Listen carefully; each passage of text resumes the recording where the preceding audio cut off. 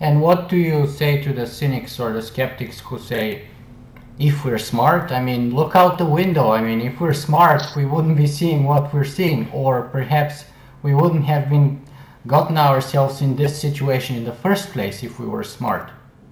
What Well, I makes you say think we'll be smarter in the future? well, I think we've done it before. So I'll give you a couple examples. In 1968, a fellow named Paul Ehrlich, who's quite famous and notable, wrote a book called The Population Bomb. And the opening sentence of that book, it was a bestseller. The opening sentence of that book was, "The battle to feed humanity is over." And he went on to say that no matter what we did at that late date of 1968, nothing could prevent hundreds of millions or even billions of deaths from starvation. And he was writing that in the decade where human population growth at its highest. We added more people to the planet between 1960 and 1970 than any other decade on Earth. But Ehrlich underestimated innovation. What happened was, since 1960 to now, we have tripled food production. We've tripled the amount of food you can grow per acre. Not because there's more sunlight, not because there's more land. We farm almost the same amount of land we did now as we did then, but because we produced higher yield seeds that put more of their energy into the edible part for humans, had shorter stalks, so they used less energy for that, and in other ways could be planted twice a year, and in other ways were just more efficient. And even so, we capture less than 1% of the energy that strikes a field is actually captured as food that we can consume. Throughout history, over the longer term, in hunter-gatherer days, it took an average of, let's say, 3,000 to 4,000 acres to feed one person. Okay? When Ehrlich wrote his book in 1968, it took about 1 acre to feed a person. Today, it takes about 1/3 of an acre to feed a person, using the best farming techniques in the US. If you look at greenhouse techniques, you're talking about 1/6 of an acre. If you look at genetically modified foods that are on the horizon, you're talking about potentially far less. So we've done it again and again and again. Here's a second example. We discovered in the 1970s the idea that the ozone layer around the planet was being depleted. And this was, in fact, a far larger threat to life on Earth than climate change. Climate change is bad, but a change of a few degrees on the planet, as catastrophic as that could be in the worst case, is nothing compared to the loss of the ozone layer. Ozone stops UV radiation. If the ozone layer was gone, basically all life on Earth would suffer massive mutations, a really horrible sunburn that produced cancers and mutations.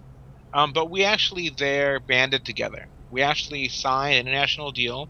We signed something called the Montreal Protocol. The work on that was actually initiated under President Ronald Reagan, a Republican.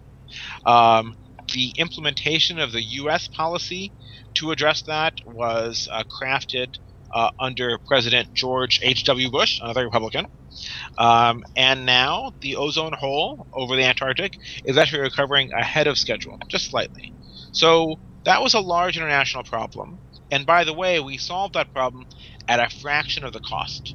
Industry representatives said that it would cost as much as $100 billion, and that cooling trucks and refrigerators and the transportation of medicines that needed refrigeration and air conditioners all over would all stop working, because there was no way that they could find a replacement for Freon, which is one of the gases destroying the ozone layer, fast enough. And there was no replacement at that time. Within 2 years, there was a replacement. So innovation is incredibly powerful when given the right motivation, when given the right kick, and the right need to kick into action, it does.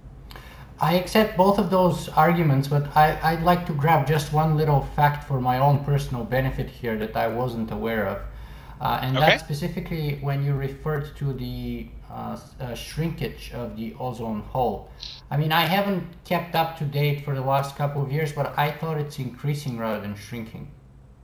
No, so there's the Antarctic ozone hole was the big one. And actually, thinning of the ozone layer across the entire planet was actually the big risk. The ozone hole, specifically around Antarctica, was a much more kind of symbolic risk. It was found that wasn't just a gradual thinning, but a big market change that occurs seasonally there. And that raised the specter of a rapid collapse happening elsewhere on the planet. But the Antarctic ozone concentrations during the lowest times are bouncing back a little bit faster than expected. It will still be decades until they're healed. Now, in the Arctic, the North Pole, this past year, we had an anomalously low concentration of ozone. So for the first time this year, there was a really bad Arctic ozone hole. But most people consider that a fluke and not part of some long-term trend. Yeah, and I think this year we had record melting in the summer. And now, by the way, in Canada, we're going through the balmiest, hottest, on average across Canada, hottest winter on record since I think the 1880s or something like that. While Europe is hit by this enormously huge cold front. Yes. With even in Bulgaria, where I'm from, they're seeing temperatures of minus 20 and 30 in places which this is very untypical of.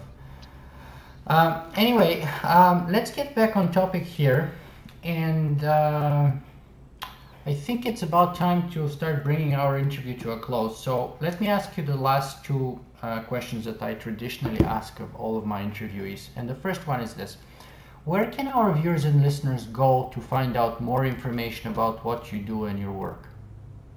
I blog at unbridledspeculation.com. One word. Unbridledspeculation.com. Okay, that's great. And the very last question that I always ask is this: do you have a single message or a single point that you would like our viewers and listeners to take away from this interview with you today? Yes. There is a tendency in transhumanism, I think, in transhumanist circles, to spectate, to watch and cheerlead and hope and read books. What the world needs is solutions. It needs innovation. So what I want to encourage people to do is participate. Go out there and be part of the solution. Go get a degree in a science engineering field. Go advocate for political change to spend more on basic research. Do the things directly to help encourage the process of innovation on this planet. That's fantastic. Don't be a spectator, but become a participant. Ramez Naam, thank you very much for being with us today. Thank you, Nicola. Thank you.